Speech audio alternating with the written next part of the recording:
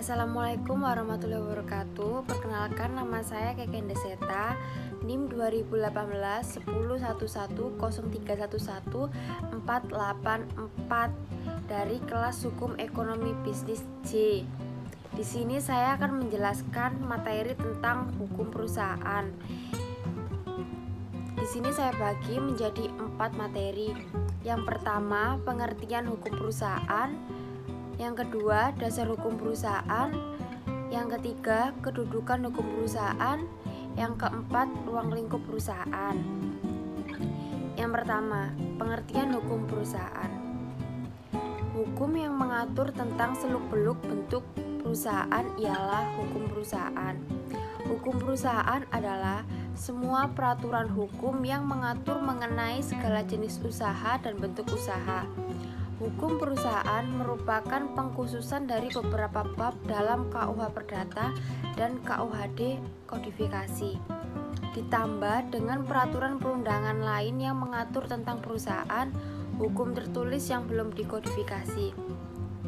Sesuai dengan perkembangan dunia perdagangan dewasa ini, maka sebagian dari hukum perusahaan merupakan peraturan-peraturan hukum yang masih baru.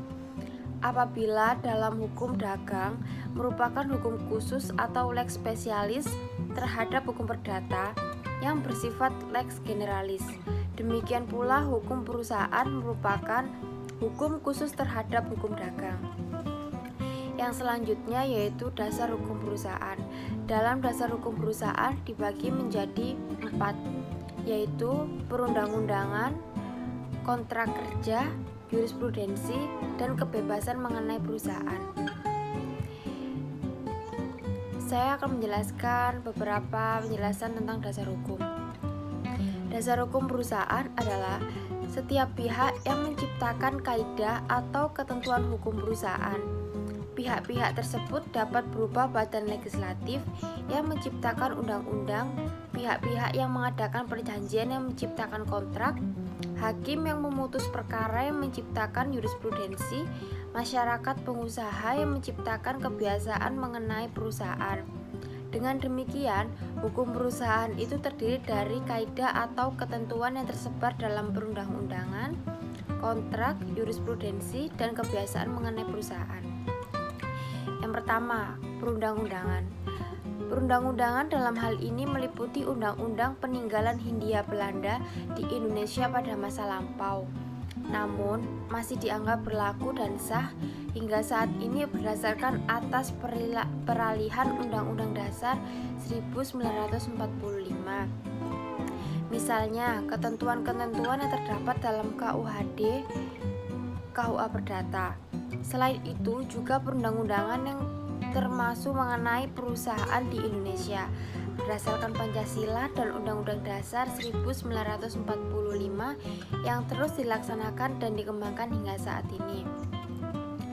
Perundang-undangan lain yang menjadi sumber hukum.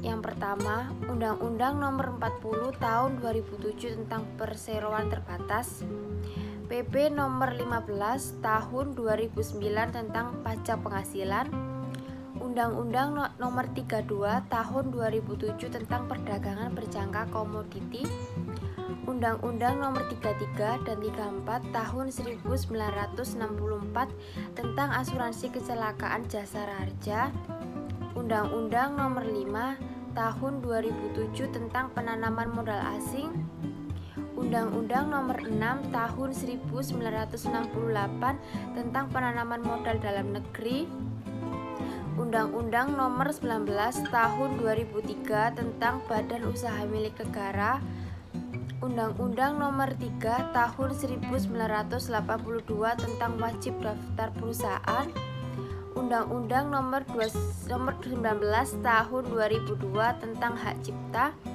Undang-Undang Nomor 7 Tahun 1987 tentang penyempurnaan Undang-Undang Nomor 6 Tahun 1982, Undang-Undang Nomor 14 Tahun 2001 tentang paten, Undang-Undang Nomor 15 Tahun 2001 tentang merek, dan lain-lain. Yang kedua yaitu kontrak perusahaan. Kontrak perusahaan atau yang biasa juga disebut dengan perjanjian selaku ditulis dan dianggap sebagai sumber utama hak dan kewajiban pihak-pihak yang terlibat dalam suatu kesepakatan. Apabila saat tertentu terjadi perselisihan antara pihak-pihak terkait, dalam hal ini saat kontrak perusahaan masih berlaku, maka penyelesaian dapat dilakukan melalui perdamaian, arbitrase atau pengadilan umum sekalipun jika tidak ditemui penyelesaian yang jelas. Tentunya kontrak perusahaan ini yang akan memberikan pertimbangan tertentu sekaligus secara jelas akan mempengaruhi putusan. Karena secara jelas semua menyangkut kontak dan ketentuan telah tercantum dalam kontrak tersebut. Yang ketiga, jurisprudensi. Jurisprudensi adalah sumber hukum perusahaan yang dapat diikuti oleh pihak-pihak terkait. Hal ini akan mengisi kekosongan hukum, terutama jika terjadi suatu sengketa terkait pemenuhan hak dan kewajiban. Secara otomatis, jurisprudensi ini akan memberikan jaminan perlindungan atas kepentingan pihak-pihak, terutama bagi mereka yang berusaha di Indonesia. Yang terakhir yaitu kebiasaan. Kebiasaan merupakan sumber hukum khusus yang tidak tertulis secara formal.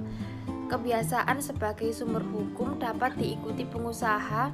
Peraturan mengenai pemenuhan hak dan kewajiban tidak tercantum dalam undang-undang dan perjanjian. Karena itulah kebiasaan yang telah berlaku dan berkembang di kalangan pengusaha dapat menjalankan perusahaan dengan lazim menjadi panutan untuk mencapai tujuan sesuai kesepakatan. Selanjutnya yaitu ada materi tentang kedudukan hukum perusahaan. Dibagi menjadi 3, dilihat dari subjeknya, objeknya, dan dari hubungan hukumnya. Yang pertama, jika dilihat dari subjeknya, maka subjek hukum adalah pribadi dan pribadi kodrati dan pribadi hukum. Yang kedua, jika dilihat dari objeknya, maka dapat berupa benda baik berwujud atau imaterial. Yang ketiga, jika dilihat dari hubungan hukumnya, maka berasal dari perikatan-perikatan karena perjanjian atau undang-undang. Dari ketiga hal tersebut dapat disimpulkan bahwa letak atau kedudukan hukum perusahaan ada di hukum perdata, tepatnya diatur dalam hukum pribadi dan hukum harta kekayaan. Selanjutnya yaitu ada ruang lingkup hukum perusahaan.